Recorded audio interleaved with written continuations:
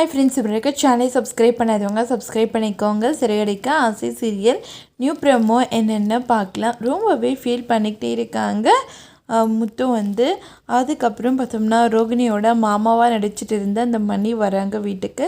வந்த உடனே அண்ணாமலை, விஜயன் எல்லாருமே இருக்காங்க. அவங்கக்கிட்ட போயிட்டு பேசுகிறாங்க.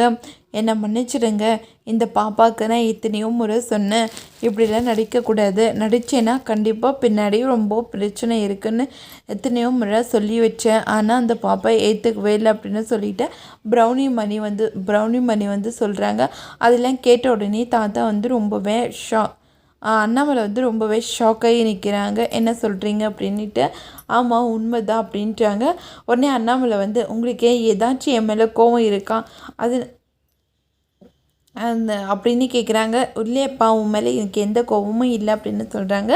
அதுக்கப்புறமா ஏன் கேட்டேன்னா, சப்போஸ் உங்களுக்கு என் மேலே கோபம் இருந்து நீங்கள் கூட கார் சாவியை எனக்கு பிடிக்காதவங்க கிட்ட கொடுத்துருக்கலாம்ல அப்படின்னு கேட்குறாங்க. கண்டிப்பாக நான் செய்யவே இல்லை, என்னை நம்புங்கப்பா அப்படின்னு சொல்லிட்டு ப்ரௌன் மணி சொல்கிறாங்க. அது கேட்ட உடனே மீனாவும் ரொம்பவே ஷாக் ஆகுறாங்க. இதில் எதுக்காக நீங்கள் அவர்கிட்ட விசாரிக்கிறீங்க, இது தப்பு இல்லையா அப்படின்ட்டு யோசிக்கிறாங்க.